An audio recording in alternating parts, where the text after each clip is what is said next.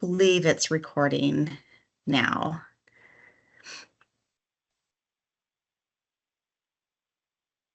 And we'll see how that goes. So I'm going to kick it over to Mike. Looks like all of our commissions are represented. So I'm really excited to hear your thoughts and your feedback on the presentation tonight.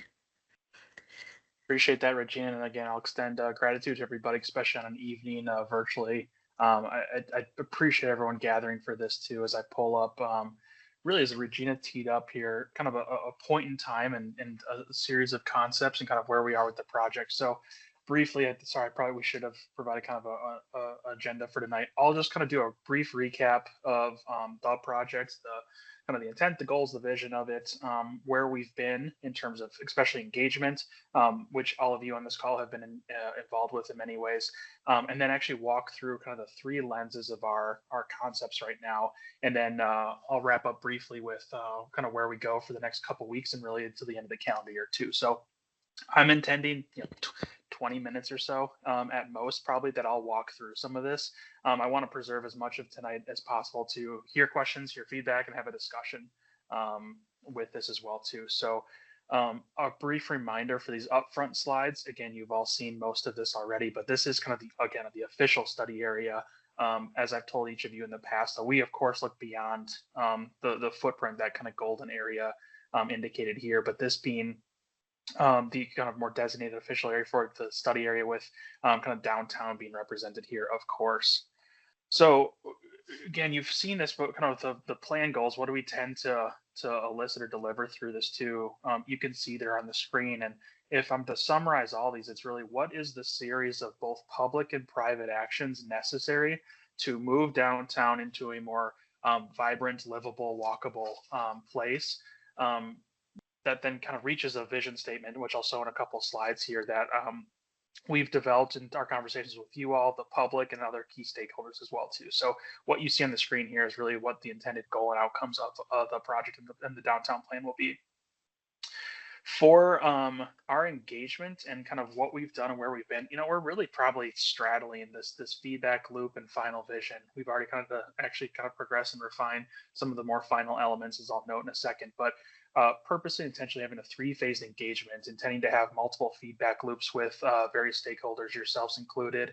Regina's already noted the Let's Talk Savage project site, which I think it's great that this will hopefully be hosted on. That's been kind of the more consistent, sustained location for project updates, interactive maps, and surveys, et cetera, on there. But we've also had a series of in-person and virtual outreach to a series of stakeholders. We've talked with each of you on here already about that. We've moved from our upfront awareness and input, which is really just that data gathering, to now in the second and almost a toe in the third as well too, about this loop and feedback loop. So what have we heard? What have we done with it? What's the series of recommendations or draft recommendations and concepts? Reporting that back, does that feel accurate? What do you think? Kind of getting feedback and refinement. And then now our final vision will be moving towards over these waning months of the calendar year, which is amazing that we're already talking about that. It doesn't feel right that it's November soon. And again, Let's Talk Savage, we've kept up to date. We've also had a focus, and I think thanks to many of the committee members on the call today too, to ensure that equity is considered and a grounding focus of our engagement. So translated materials have been on there. The Let's Talk Savage page actually does have some options for translation where people can access those. We've sought out outreach with historically underrepresented populations and communities, some of which you can see there. And so ensuring that as much as possible, we connect with those populations and ensure that their perspectives, understanding, and lived experience is reflected in this plan. And again, kind of those recommendations being reflected in the plan. So I wanted to, again, kind of give acknowledgement and recognition as we certainly should towards that effort. And again, members of the Equity Commission, we appreciate your past and continued support and recommendations in that regard. So what have we heard? And we've presented some of actually all of these to council already, but I just wanted to ensure some level setting with this group. A couple highlights that you can see here. I think if I'm to summarize a few of them, more places for more people to do more things more times of the year, just more stuff to do. I would say both for public programming as well as private destinations, more places to be entertained, to eat, to drink, to shop, and all that stuff, and to live actually as well too. We've talked quite a bit in our conversations with you all. Downtown is a very isolated place. At times, it's been described as having a very utilitarian feel, and it often lacks a lot of destinations. Certainly, I will be the first to contend too that there are many fantastic places there today, but the idea that there could even be more, especially with a more broad and regional appeal, is something that we heard frequently from pretty much everyone we've talked to. The relationship to Highway 13 is complex, but it's really critical to the relationship to downtown, of course. You have 50,000 people every day who pass by the north end of your downtown. That's anticipated to only grow in the coming decades. How can the presence and visual appeal of downtown be elevated to, one could say, almost capture or draw in that really amazing amount of eyes that pass through downtown? And then the idea of having more park space, maybe daylighting the creek, and improving the entry experience into downtown, which we'll talk about a little bit more too.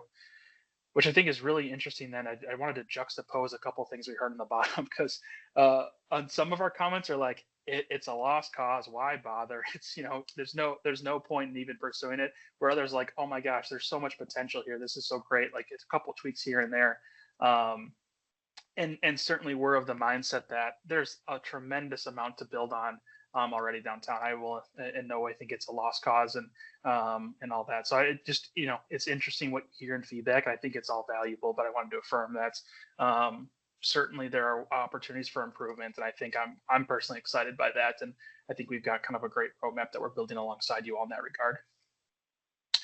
So I noted a bit ago about moving towards a vision, and this is the vision that we've been kind of refining along the way for this. And I think we may have shared some of this already with folks, but um, at the top you can see a regional destination. So emphasizing the idea of it should be for more than just those who live and work already in downtown, which is an important distinction because that influences the types of land uses and public spaces and connectivity you have. So a regional destination to live, work, play. I love this juxtaposition in the back half that both celebrates the historic identity of the district while embracing a modern approach to vibrant neighborhoods. And I think it's been a fun challenge for our team and Regina and Angie that we've been working with of how do you kind of reflect and celebrate the identity of what Savage has been while embracing a potential future of where it could be. And really a lot of the comments and feedback that we've heard from people kind of challenging us to lean into that. So that's the ultimate vision of what downtown can move towards. And then a series of principles at the bottom, I believe, again, that we've shared most of these with you. The only thing I really want to note about these is for each one, we took purposeful steps with the language to say, certainly it should be for future and external benefits, but really let's not forget those who already live and work in the city today, and that current residents and current employees and current stakeholders should also benefit this. Well, this should not just be a plan for those who want to live or come here in the future, but also for those who have lived here for generations as well. So a couple key findings, and thus this sets the stage for the series of recommendations, which is what the remainder of the slides will be. This summarizes things that we've talked about with you in the past, but I think worth noting at least one more time. Starting left to right, there's a tremendous amount of constraints that are really ring around or surround the downtown, not the least of which Highway 13 to the north, what I'm kind of calling the green belt or that utility easement and wetlands to the south.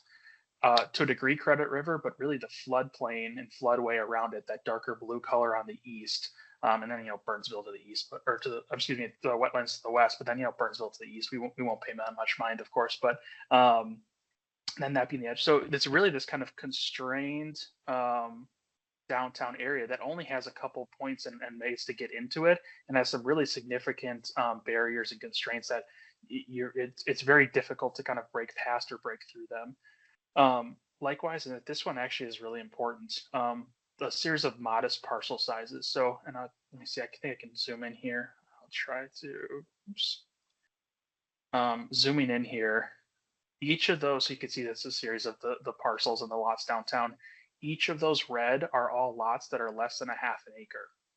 And what that tells us, one, is that there isn't very many larger sites, but more importantly, for any redevelopment to occur, it's very difficult to get substantive redevelopment, of course, on parcels that are less than half acre, and really less than an acre for some of the ideas that we've been hearing and kind of some of the desires from you all, council, and the public. So what that means is some combination of city and private development community and the private market will need to assemble lots. And that takes a lot of coordination, of course, but we'll need to assemble lots in order to deliver much in the way of redevelopment. Now, I'm gonna actually, the benefit of doing this on a program like this is you can highlight a few things.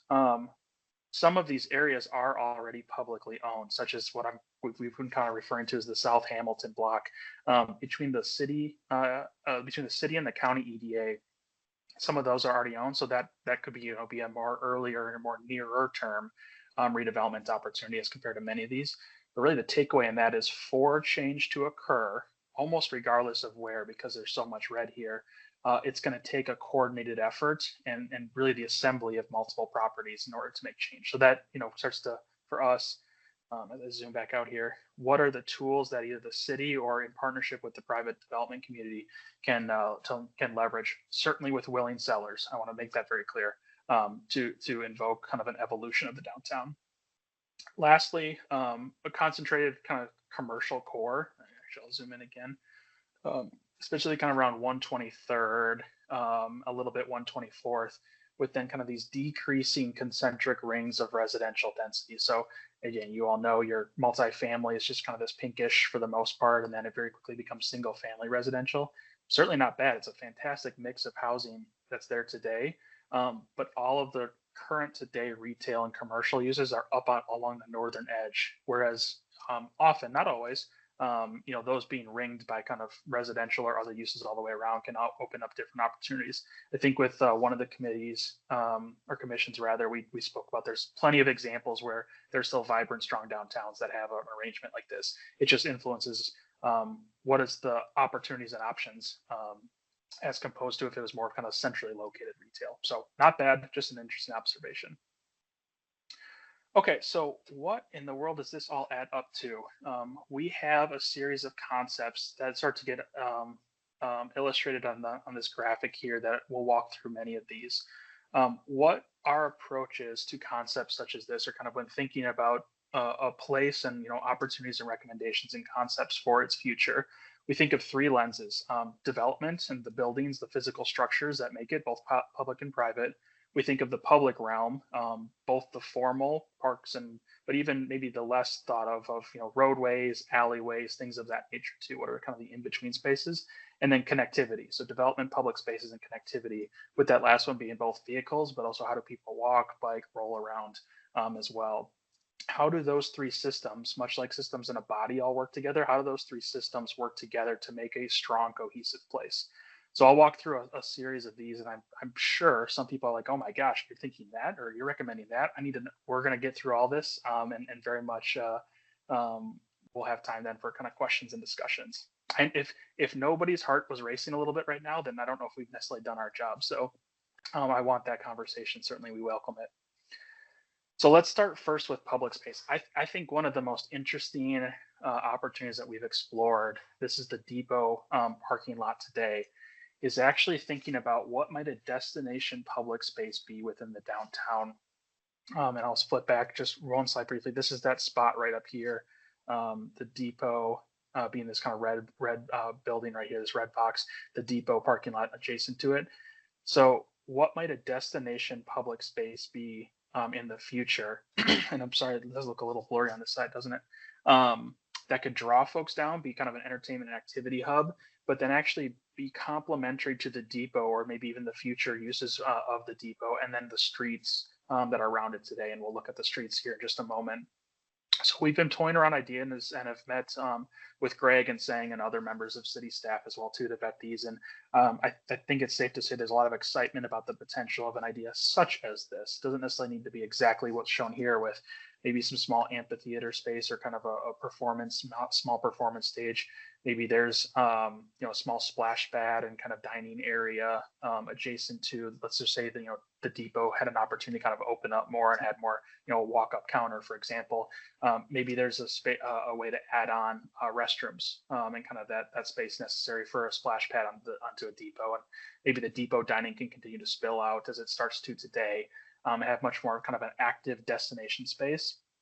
Similar, maybe there's recognizing the role that the depot play, or the parking lot, plays for the farmers market. Maybe there's semi-permanent or even permanent kind of shelter structure space that could be raised on what we're showing as the north end of the plaza, and kind of be that vendor space in the future too. Now, certainly the keen eye has noticed is that this would in fact then require some of that, much of that parking, about half of it or so, to accommodate a plaza space such as this. And that's of course a consideration for any of these is there is a wide swath of parking really all throughout downtown with about 80 or 90 spaces, if I remember correctly, at this parking lot. Um, and that's kind of part of this is, and not really shown or discussed so much tonight, is moving towards or having an awareness of more, one could say, like a district approach to parking, where there's multiple places to park, ideally on the edges and maybe some still here, for people to comfortably get to many different places within downtown. I know there's been past parking studies, and we actually did a utilization study as well, where we counted all the public spaces, specifically west of Lynn, where most of our attention is focused. Everything west of Lynn, public on street and off street, and there's plenty of parking spaces. We did weekday during the day and at night. Or in the late evening, excuse me, and then same with weekend during the day, and then kind of on, I think it was a Saturday night as well. Certainly, there's a spike in usage on Saturday night, but when you look at kind of this entire, let's just say, I'll go back quick, 6, 7, 8 block area, kind of this core area in downtown, there is always plenty of places to park. It just might be a block or two away, and it might be on street, maybe some off street on a parking lot, on a public lot, excuse me. So, but something certainly that we're aware of and are kind of considering, and we'll have a series of recommendations on of how can the city kind of continue to provide parking well, knowing that there may be some different uses or maybe some better and higher uses in some locations. So I now we'll get back to that one as well too.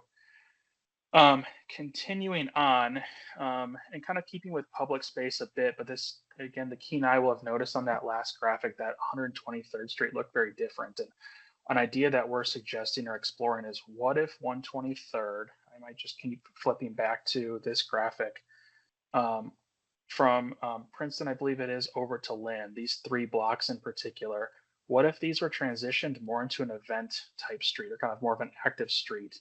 And could it look something like what we're looking at here, where the current diagonal parking would need to be shifted and shifted to parallel, which again would have a bit of a change in the number of available spaces. But what that does is it unlocks a tremendous amount of space to widen the sidewalks, have still trees and maybe different kind of light poles and seating. Maybe there's one could even imagine some kind of flat curb space too, where let's just say the depot is on the left side of this image here. Maybe a block or two is closed off for farmers market, and vendors are up in the street too. Or there's a concert where Regina breaks out her guitar and Angie's singing along, and we're having an event in 123rd Street at night, and everybody goes and runs into Nielsen's Nielsen, excuse me, because of the singing quality. But it's ideas such as that, of course, where 123rd can be more of an active event street that can actually be programmed, maybe in adjacency to the plaza. And then we're toying around with different ideas of wayfinding and monumentation. I think we talked earlier, that juxtaposition of the old and the new, if I can kind of classify it that way. Maybe there's kind of a gesture to some of the more industrial and shipping nature with some of the materials of the district as I zoom into these. And even, again, the noticing kind of the street pattern and the river kind of on this graphic, maybe that blue can light up and be illuminated, same with the lettering, and kind of reflecting a bit of the old character, while providing, I think, some interesting, wayfinding, gateways, public art, etc. So things such as this. Likewise, oh my gosh, actually, here's the one I was hoping to get to earlier. So this actually shows in better detail that stretch of 123rd, which I'll indicate here. We can kind of see that a little bit. I'll just make it a little bit wider. This stretch here could kind of be, that programmable event space, recognizing that today much of the retail and commercial is currently on 123rd. So to embrace that and allow them kind of, again, spillover activities, things we've already talked about. Another idea, though, is what if we're kind of looking at how do people get into downtown from the west, from Quinton in particular. Today, of course, it swoops into 123rd, and I think one kind of observation that we've had is it doesn't always provide the clearest or maybe the most inviting entry experience, some could say, into downtown today. It's not bad, but could it maybe be better? And what if, thinking boldly here, what if that actually got realigned to 124th, as you can see here, had a little bit more of a straight line and kind of a more visual invitation into downtown, have a little bit more maybe kind of gateway or monumentation welcoming signage on Quinton here.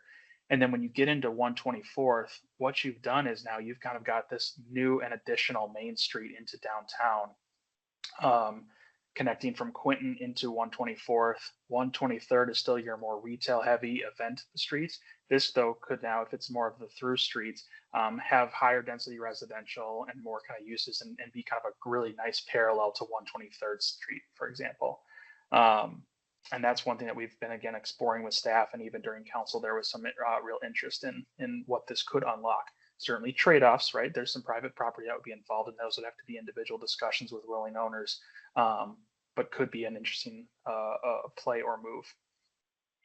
So again, I'm going to go through the rest of these in a little bit quicker than those. I think those ones I wanted to emphasize. Lastly, and we just talked some connectivity, but lastly with connectivity, these dashed lines looking at what might bike and trail opportunities be through downtown. And I'll explain these colors here in just a second in a few slides. But knowing that there's already a bit of a trail on Lynn, could that maybe get brought up and extend to at least to 123rd and maybe in the future elsewhere too? I know there's a lot of desire to connect to the river. Might that be a location in Lynn?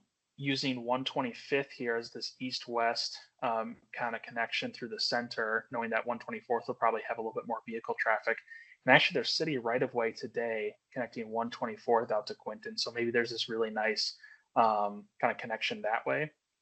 And maybe pulling, I think it's 127th or 128th down here. And then you can kind of loop through and almost meander around this more daylighted creek and a little bit more active park space in the bottom, have some really nice kind of greenway style trails that eventually connect up to Quinton and then out to the north and west, where again, I know that there's future desire to cross Highway 13 and have connections to the river in particular and elsewhere. So we are certainly thinking about bike connectivity in that regard. And I'm going to go back to then one more thing with public space, and I should have had a slide for this earlier. You'll notice up here at the kind of the northwest quadrant of Quinton, we're very aware, as we talked to you about, of MnDOT's Highway 13 project. They are exploring. There's been no commitments on any of the design. I'll just note that right off the gates. But they have been exploring of might this parts of these properties here, which actually are highly encumbered by floodway, really can't be developed feasibly. Could that be a stormwater feature for MnDOT's Highway 13? And in which case, if they pursue that, I would suggest for the city then negotiating with MnDOT and saying, might that then be a publicly accessible park space, maybe relocating the dog park into this area, knowing that it's across, Quinton, which is a higher traffic street, but this could be maybe a nice publicly accessible kind of more passive green space, maybe with the dog park in that area as well too. So I wanted to note that too with public space before we wound down here for development. So with development, we kind of are looking at two different things. One is a series of really three key redevelopment sites, and then which I'll talk about more in a second. And then underneath that, those colors, which I showcased earlier, is what might some kind of land use types, really character areas be. And I'm going to start with that actually. We've talked already a bit of along 123rd. That continued to be really kind of the retail heart or commercial heart of the corridor. And I think in particular, what's going on with those businesses to the east of Lynn is they're strong. I think, and I'd almost contend too, that they play a really unique role with a lot of the ethnic businesses that serve a lot of, I think, the more diverse population of this area. I don't really see much of a reason to, frankly, kind of mess with that. And I think just continue to let them operate well, provide them really more customers and through more people living in this area, but really just embracing the strength of those businesses and allowing then even more retail to happen kind of along 123rd here. As we move south, this purple being much more of that kind of mixed use and allowing for higher density. Certainly not saying that we're coming out with bulldozers tomorrow or anything. That is certainly not the case, but rather allowing for higher density uses. And then as we move to the east, you see this kind of more orange color, more allowing for and continuing a use of more medium density housing, much of what's out there today. And then this yellow being what I'm calling urban neighborhood. This very much basically kind of what's out there now is these smaller, more modest lots with the single family homes that are on there today. Again, I think there's a lot of strength to that, a lot of value that that type of housing provides and a really good mix, and allowing that to continue today. With then of course St. John's in the center here, preserving, acknowledging their role and their presumably their continued role in the downtown. So that's kind of a organizing framework, and then kind of pointed us towards really these three redevelopment sites: the Hamilton block, the Mall block, and then the Savage School site too. And I'll start with that one first. These are two lots. I just want to make sure if I have. Oh, so I'll just stay on this one. Um, Two parcels here. The school district, as we know, is actively looking to sell those. We've been in conversations with the school, and they'll be looking to this plan in terms of helping to kind of guide what might be feasible for that area.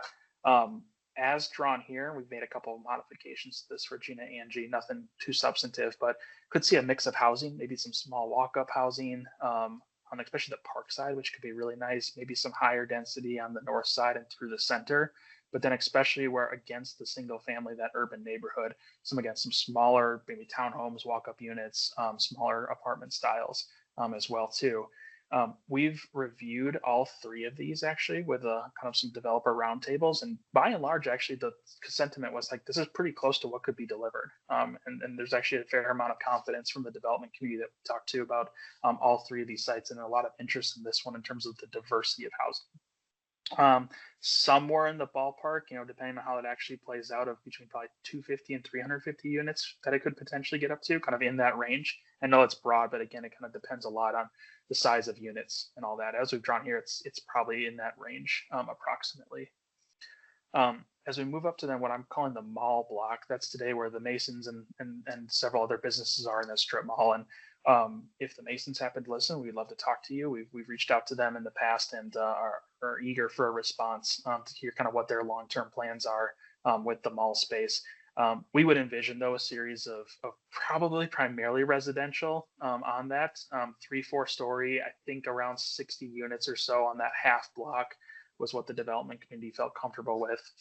I think that's a pretty fair kind of estimate as well. And I would even contend, especially on this corner here, you could put, and I'll zoom in and we can see that on this block, on this corner here, if in fact 124th is realigned, this could be a really interesting and exciting kind of entry, kind of key gateway and entrance point into downtown. Maybe there's a small 8,000 square foot retail or commercial, and until such a point, I think expectations might be a little bit more in that kind of 3 to 5 range. So somewhere around that area on that corner could even be a little bit of kind of a corner coffee, bakery, small restaurant, something to that effect. And then on the Hamilton South block, and this is the last one that I'll open up for questions. Again, much, but not all, but much of that kind of south half of that block is owned between the city and the county EDA. And we've talked with the county EDA, and they're certainly intending to develop towards residential, and it'll be a continued conversation with them of exactly kind of what the target audience or market is for kind of that residential, and had some good conversations of potential to open up to private development partnerships potentially and market rate potentially in addition to other EDA plans. So there are no plans, I want to be very clear, for that block specifically, and but I think something to the effect of what's shown here, 75 to 100 or so units could be feasible with just the space allowed. With all three of these, and this would be my last point, certainly parking will be a consideration. I think for better or worse, parking will drive the amount of development potential because of just the size of the lots. Again, we talked about that earlier, but also a high water table and a lot of bedrock in this area. So underground parking being extremely difficult, if not cost prohibitive, as is probably know too from the Hamilton building and the senior housing next to it. That parking is actually at ground level. It's not below ground. So I think that it has already been a conversation of parking requirements and trade-offs with that too, and kind of the balancing act that comes within that too. So I don't have answers on that, but it's certainly something we're aware of and we'll be highlighting the plan. So with that, rather than flash the question screen and have you look at that, I'm just going to go back to the first graphic here. And I will stand for any and all questions. Regina, since I have this up, if someone either does raise a hand or shouts out, if you can kind of be the MC, if you don't mind, that'd be helpful too. But appreciate everybody's time and looking forward to some good discussion.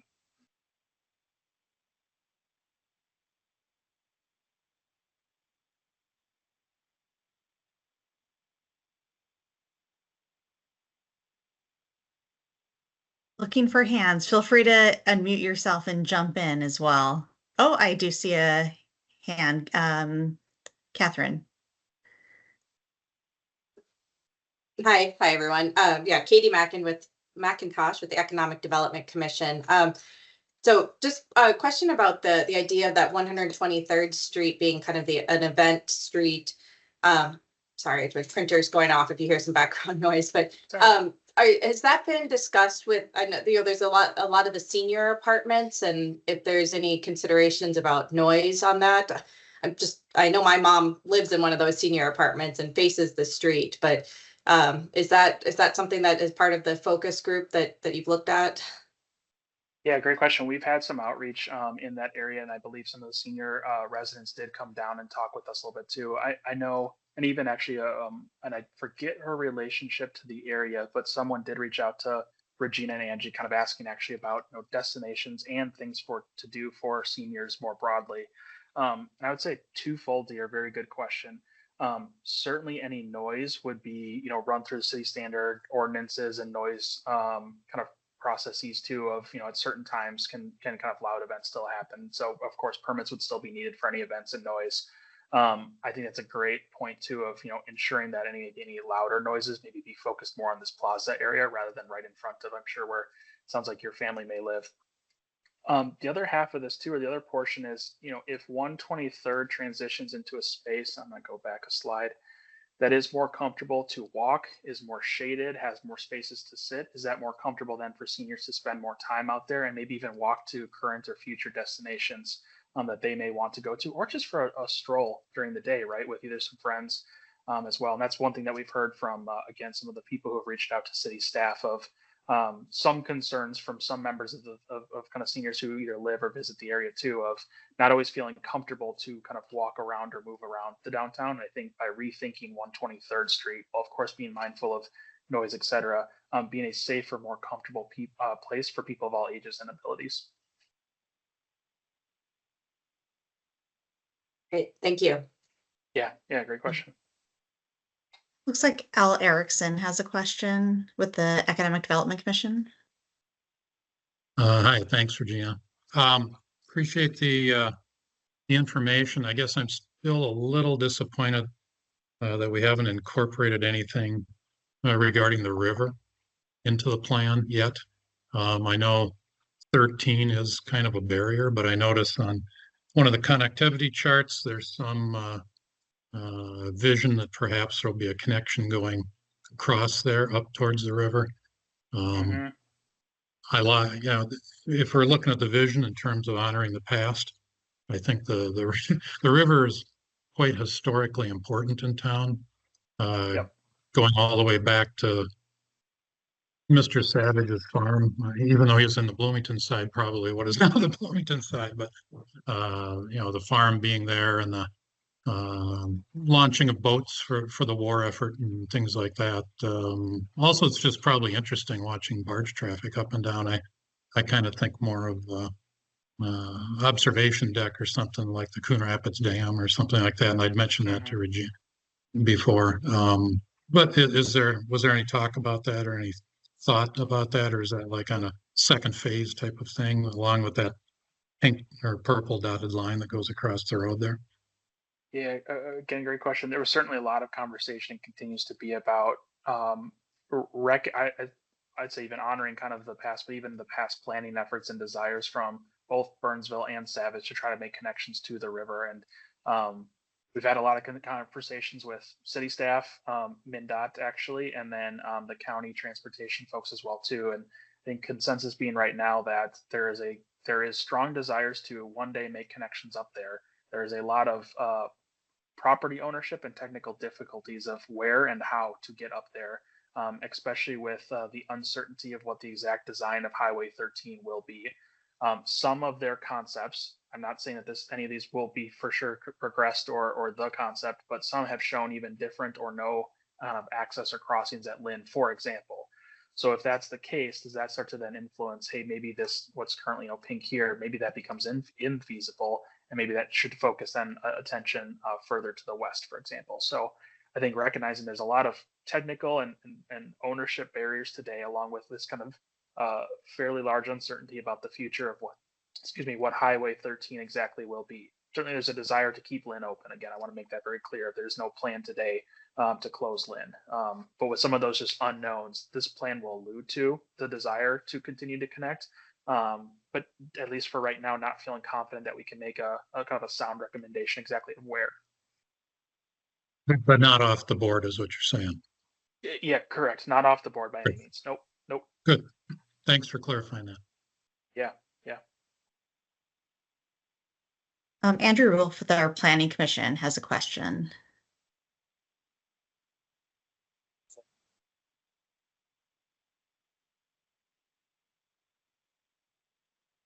Andrew, if you're talking, you're muted. Yeah.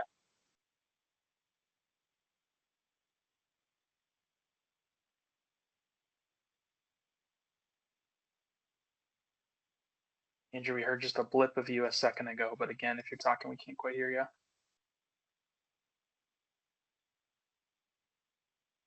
Did you say you did hear me? Because I'm unmuted, and when I asked if anyone could hear me, no one responded or. Yeah, We can hear you now. Andrew.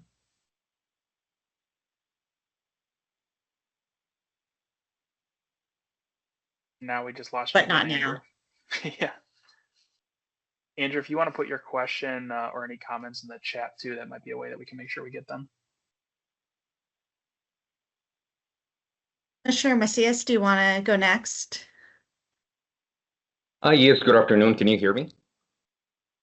Yes. Oh, good. Yeah.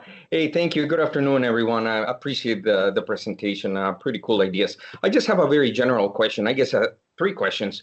I would like to know if there's much information in terms of, let's just say, the cost that the city will incur to do those developments in terms of upgrading streets and public sites, as well as the procurement of private property. So that's question 1. The second, where would those funds come? And the third one would be, what is the expectation in terms of bringing back all the revenue, the taxes, the vitality that we want to recoup those costs, if that makes sense? Yeah, those are fantastic questions. I love those. And that, I noted earlier from the engagement that we're starting to dip our toe in that final component, and really with the plan too, as we wrap up, we're actually having those exact analyses and conversations right now, actually all 3 of those. So from the cost side, we'll be looking at a general cost estimate for the public improvements in particular. So what might a kind of a general range be for the public plaza, for example? For the streets, as we're conceptualizing them, I'll just go to this graphic, which has it better. In particular, 123rd and maybe some of these other ones too. What might a typical per linear foot cost be for roads designed in such a manner? At least to give, a kind of a general sense of that cost.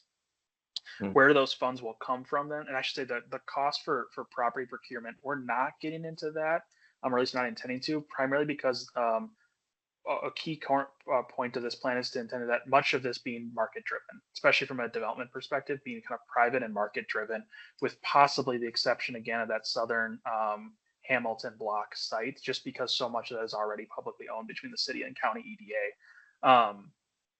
So that's a great questions with those. In terms of where the funding, absolutely, we're actually developing right now kind of a funding plan in terms of what our general sources, grants, the state level in particular, state and regional level, what might funding sources be, and then really importantly too, what kind of powers does the city have from their EDA in particular in terms of levy, which I know that the city doesn't currently use today, but that is in fact a tool on the table that could be considered. TIF, and actually, Regina, I think you may have saw we're going to meet with Stacy briefly on Monday to talk about that in more detail. What role could TIF play in a district like this? Does that maybe make sense? And what are really the full arsenal of tools that the city has at its disposal, and then where might it make sense to start to consider those, knowing that each one will be on a case-by-case basis. And then in terms of tax revenue, just actually earlier this week, we had Ellers Public Finance is a partner of ours. They're a sub to Bolton & Mink on this project. They just provided actually the initial draft of what anticipated tax revenue could be, the city portion in particular, from this kind of amount of threshold of private development. So then we can start to square up a little bit of what kind of annual tax revenue would the city bring in as compared to these costs, and then kind of any of that gap in particular, what funding sources might be out there, grant or otherwise, to help pay for them. So Commissioner, what you're getting to is a fantastic, like in our implementation section, which we're working on exactly right now. Yeah, thanks for the info. Appreciate it. Yeah. Commissioner Lindy with our Economic Development Commission has a question. Yes, hi. Thank you for putting this together. You've had lots of conversations behind the scenes, and the slides are really helpful. So thank you. On 123rd, would that be in the primary retail space? How many businesses do you think will fit in that 3-block area? Oh, as compared to how many are there today? Yes. Great question. Certainly depends on the type and scale of development. And it's kind of an obvious question, right? I think today there's actually quite a few. Obviously, there's quite a few. We all know that on the south side of 123rd here at between Princeton, or just the east of Princeton, kind of the more west side. We get into kind of now a conversation of basically kind of what types of development and then kind of how much the use of land and kind of the efficiency of land is one way to describe it. Many smaller properties, which can be harder to deliver versus a couple larger ones. So we haven't done, and I don't think I could probably provide you a reliable answer in terms of how many might be realistic. I mean, we can drop buildings all day long, but in terms of what the market might deliver, there's just a lot of uncertainty. Whereas on the south side of 123rd over here, you have a half dozen at least, if not more. Whereas then more in the center of the block, there's 2. And so there's, basically kind of the takeaway from that is there are many different ways in which to arrange these blocks. And again, with so much of this being market driven and private driven, it's going to depend a lot on what those specific users will want to be in this area. Okay. I hope I'm not punting on your question too much, but it's kind of a answer. two-part. It's kind of a two-part question because I think retail and beautiful outdoor spaces go hand in hand to keep people in that area, which is, I think it's great. So I am interested in how many retail, what kind of retail, what kind of commercial districts you're thinking, but also for the outdoor park area. I mean, having outdoor music is wonderful, and having an area to have a peaceful walk with a friend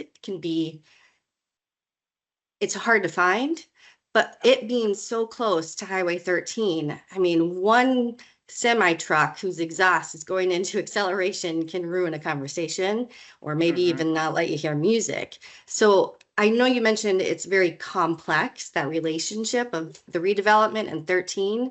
What kind of sound mitigation are you planning? Yeah, great question. Again, two-part a little bit. Some of MnDOT, what makes this a little bit difficult is MnDOT has not yet selected a kind of a concept. And so a little bit will be driven by what is the roadway design adjacent to, especially this portion of the plaza here, because some of their concepts that they've progressed into kind of their final evaluation actually show an elevated wall along this northern stretch, actually, where the highway will ramp up to accommodate a crossing over Quinton, rather. Now, if there's let's just say kind of there's that wall space there, kind of a retaining wall of sorts, that might actually naturally mitigate some of the noise by having it kind of up over potentially. But I would say then it opens up an interesting conversation of, in partnership with MnDOT, how might that wall be designed to be aesthetically pleasing, for example, and kind of the trade-offs of that. If MnDOT progresses a concept where Highway 13 is at grade, then we start to get into more of kind of the traditional options of, can they provide sound barriers? Is there really heavy screening with vegetation or artistic elements will that be sufficient? So it's a little bit of kind of I anticipate our plan will talk about kind of a universe of options, knowing that as certainty is delivered or gotten with Highway 13, that can inform kind of which of those choices make the most sense. I feel like I punted maybe twice on your questions. I didn't mean to do that, but as anybody knows, with planning for the future, there's so much uncertainty and there's a lot of it depends. Holly has a question next. I apologize. I'm not sure which commissioner, if you're a member of the public. And then after Holly, I have a chat message from Andrew and then Kathy. So Go ahead, Holly, first. Oh, hi. I am with Shauna's Dance Studio, Yeah. And we have been here, we're going on our 16th year, and just saw this first time, I've been on, or actually that we were aware of this. So I don't know if we haven't had any communication on it. I don't know if we reach out to the Masons on it. We were looking and hopefully being here for many, many years to come. So this is this something that is a certainty that our space won't be available here, or does it depend on if the Masons decide if they want to keep this building? If you could just give some insight on that. Yeah, happy to, Holly, and really glad that you're here. And we've been reaching out to them. And my understanding is they own the entirety of the building too. So nothing you see here that we're looking at is certain or even has a specific timeline. And there's no one even lined up to develop any of what you're looking at here. What this plan really is looking at the entirety of downtown and what might a vision be for a future of the downtown that meets some of the goals outlined by the city and the community. So again, if I can do nothing else, it's to kind of hopefully assuage any fears of there's no plan that the building is going to go away necessarily in any certain timeline.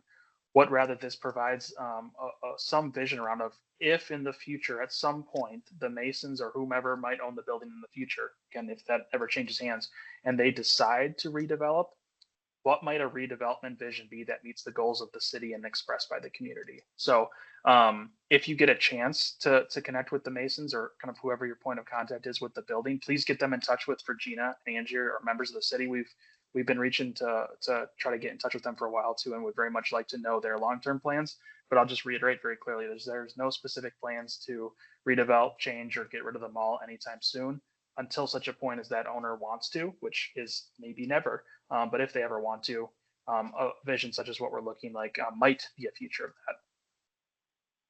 Okay, thank you. Yeah. Pauline, please reach out to me with any additional questions after the meeting. More than happy to chat through more and learn more about your business as well. Okay, I do appreciate that. Thanks so much. Thank you. Yeah. Thank you. Thanks for being here, Holly. Yep. So Andrew had typed in 2 questions. First question, I don't know if you can see it, Mike, but what is the plan to address traffic coming off of 13 onto Lynn, turning onto 123rd from the west if 123rd is reduced? Oh, I see. Yes, great question, Andrew. This is kind of tapped or tied or related to kind of the punting I did with Carrie a little bit, as some of that is going to depend on what MnDOT decides to do with that intersection and that access in the future. The city, Virginia, tell me if this is correct too, a general position of the city is to still provide access from Lynn or approximately its location today. And again, some of the alignments that MnDOT is exploring still shows different alignments and access from Lynn, some of which might pull it in a slightly different location, maybe to the east or to the north. And so it's a little hard to suggest specific recommendations in this plan, not knowing what MnDOT's going to eventually and ultimately choose to do with that intersection. I think generally speaking, I'm going to go to the roadway. And Mike, yeah, please. Mike, Andrew just clarified he meant to say from the east and not west, coming from the east. So. Oh, from, just to clarify, Andrew, if you have just the Lynn intersection from 123rd to Lynn. Okay. Mm-hmm. Okay. I think kind of the same answer though, still not knowing exactly kind of where and how Lynn will be aligned and designed in the future. It's a little tricky to make a definitive recommendation, not knowing quite how that will look. I think generally speaking though, when kind of these roads are maybe tightened up, generally folks go a little bit slower and a little bit safer and actually more efficient movement of traffic as well too. So from just a roadway design on 23rd only, I think that can be some of the outcomes. But certainly we're aware of that. There's a lot of backups, especially during rush hour, morning and afternoon at this intersection, and kind of the plan making some suggestions to MnDOT, knowing that there will be a point in the future where they make a more ultimate design decision.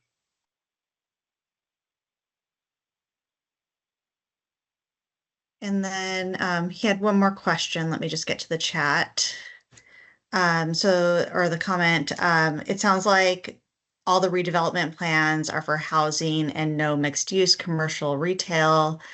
Are fancy roads and outdoor seating really the only aspects of this plan designed to draw additional people downtown?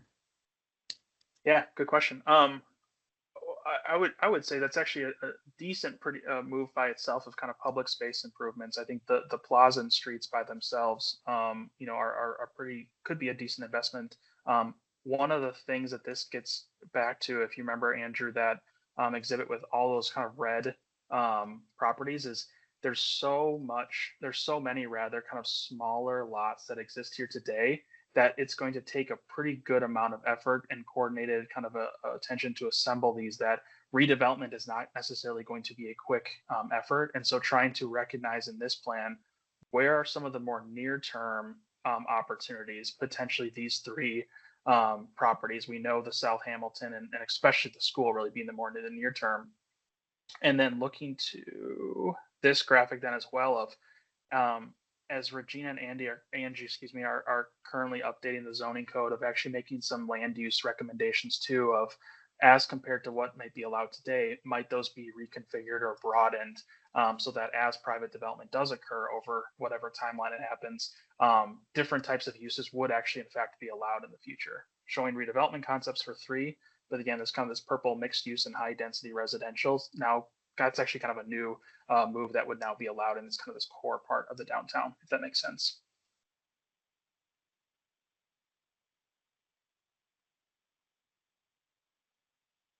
Oh, Regina, you're on mute.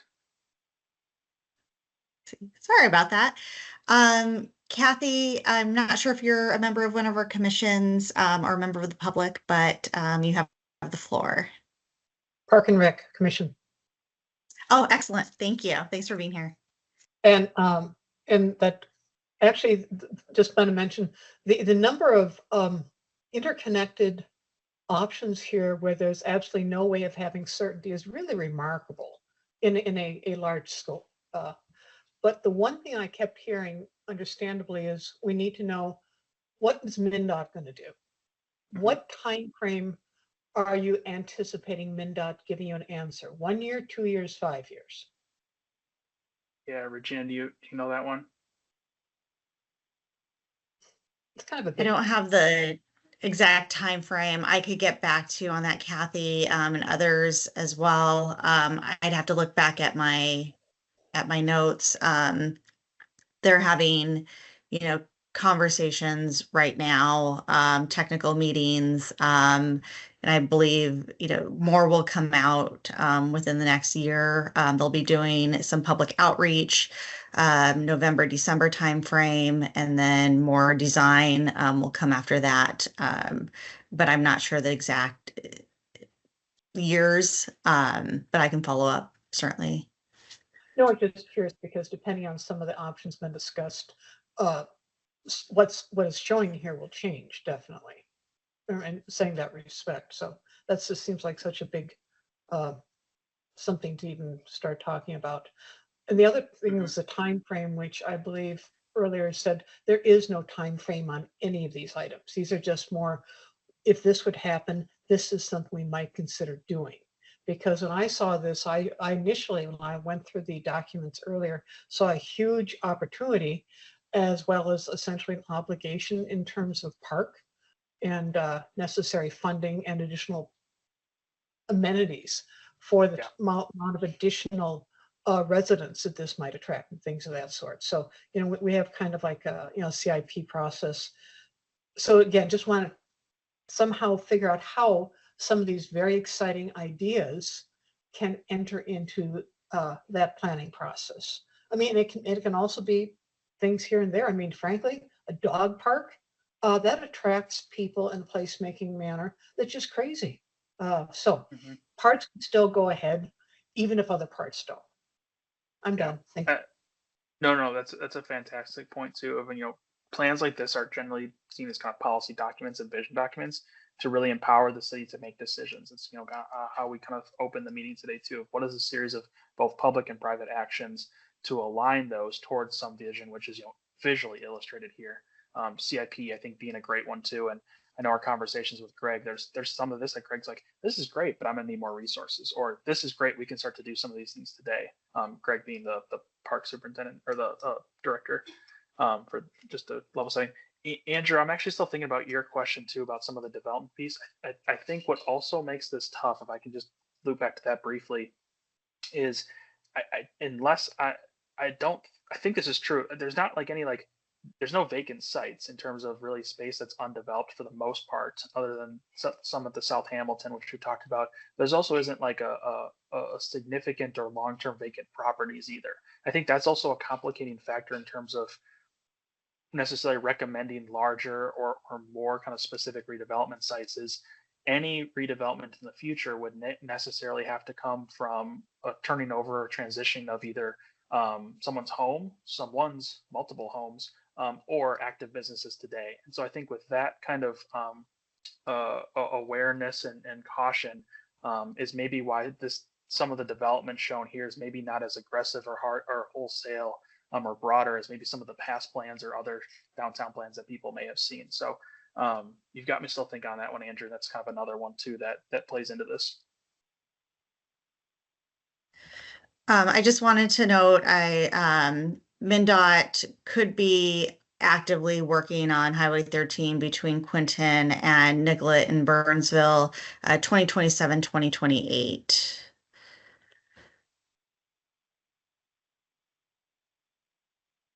And then Scott, looks like you have a question.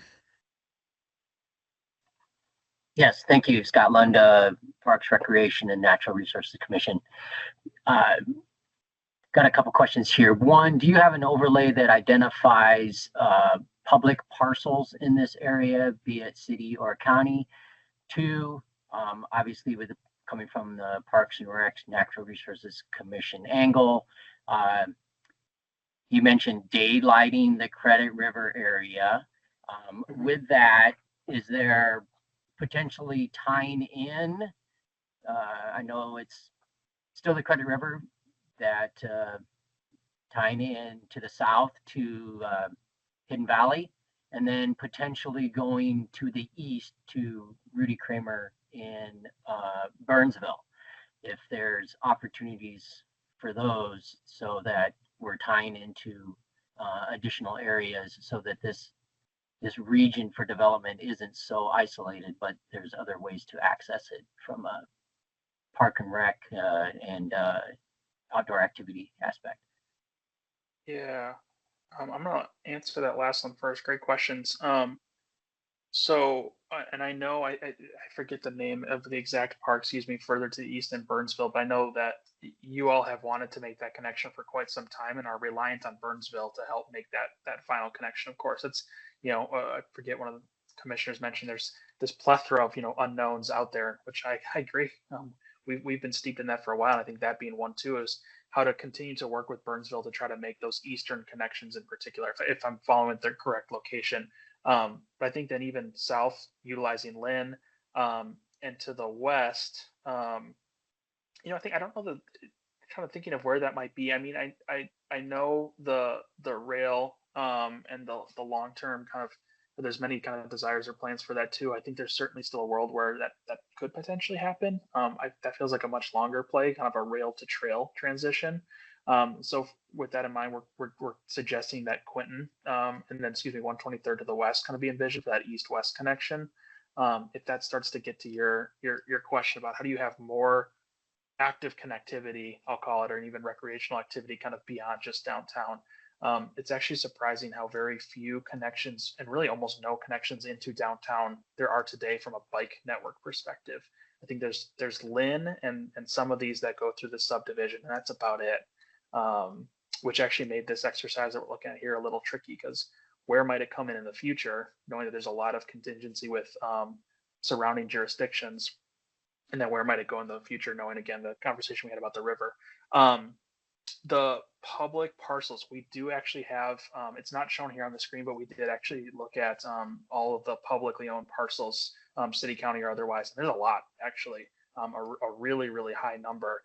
Much of that is park and then wetland. And so obviously the park along Quinton here, Warren Butler Park, Hollywood Park, and then the wetlands to the south. But even within downtown, there's quite a few publicly owned properties as well, too, some of which we're showing here as redevelopment sites. So yes, that is something that we looked at. I do have a follow-up if that's okay. Yeah. So with regards to if we're looking at the MW Savage area and then Warren Butler, Hollywood, and along the Credit River there, it seems like some of these projects, I know that when we get further to the north and you get closer to retail, it's what is MnDOT going to do with Quinton, Lynn, all the way down to Chowan. But it seems like some of these concepts, for example, daylighting Credit River can be a start. And then if, the MW Savage redevelopment type area can occur independent of what is happening on 13.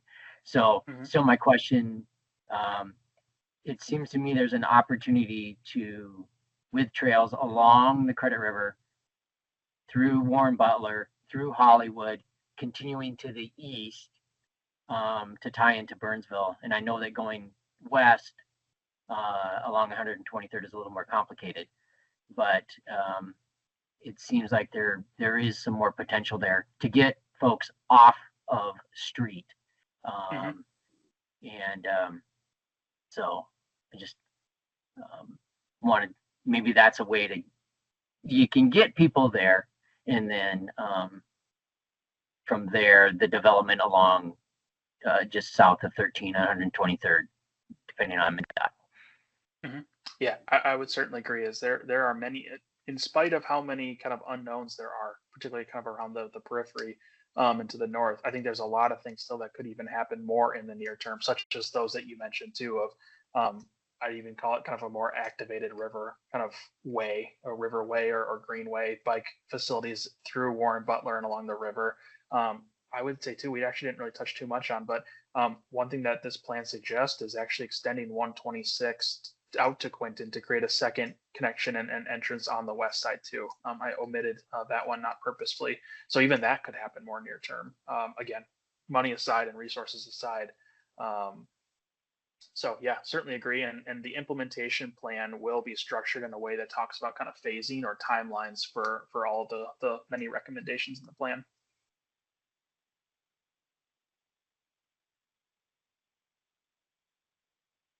I'm not sure if you still had a question or if it was raised from before or something additional.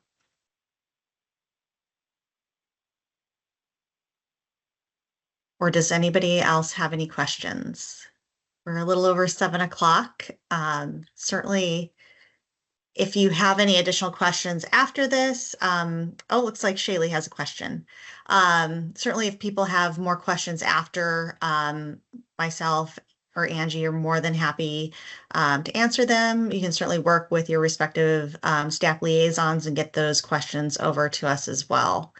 But Shaylee, why don't you go ahead and ask your question or comment?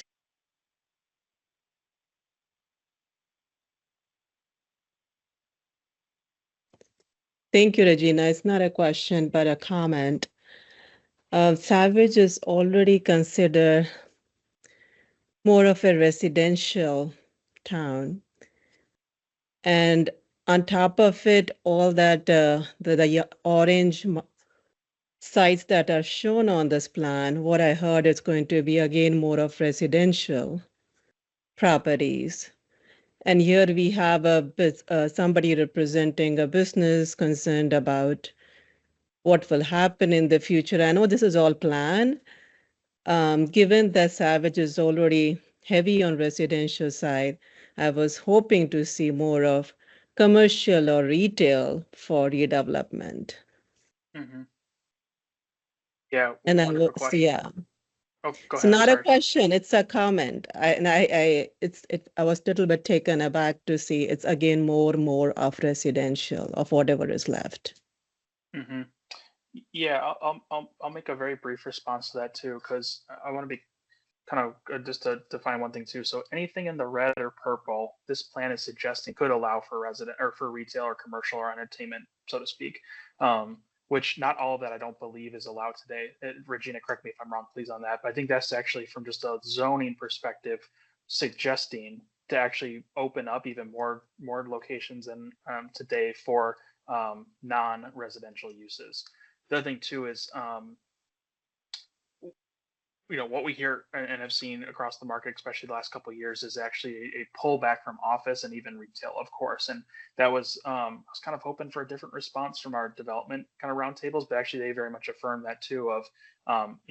It's almost kind of a build it, prove it, have the population or the people living there of a certain threshold to be able to attract retail and commercial. And so our read and kind of what we've been hearing and the feedback from the people on the ground, so to speak, is it is a very residential area, and even more would be needed to attract retail here when you're also competing in a sense with Burnsville and Shakopee and Bloomington and all those as well too. So it's certainly the plan desires for and suggest opening up for more locations, knowing that at least for the near term, residential is still probably the strongest market and likely is a necessary ingredient to be able to get more future retail in the future.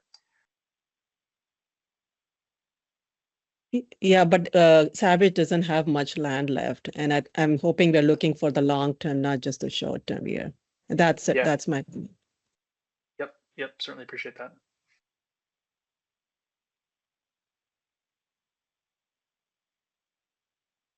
And Regina, if I can just real briefly, I think I have aware steps. Well, nobody wants to see this. I'll pull this down. So where we go next, this plan will be done end of the calendar year, and some of the funding that is supporting this plan it related to that too. So over these next several weeks, our team working with Regina Angie to wrap up the plan and actually have a draft early November or mid-November. We'll be actually going before council to kind of provide them and review more of a draft full plan with council in particular, and then are anticipating working with Regina Angie and council for final council or final considerations and approvals at the end of the year, ideally, to have this. That's kind of where we're going next.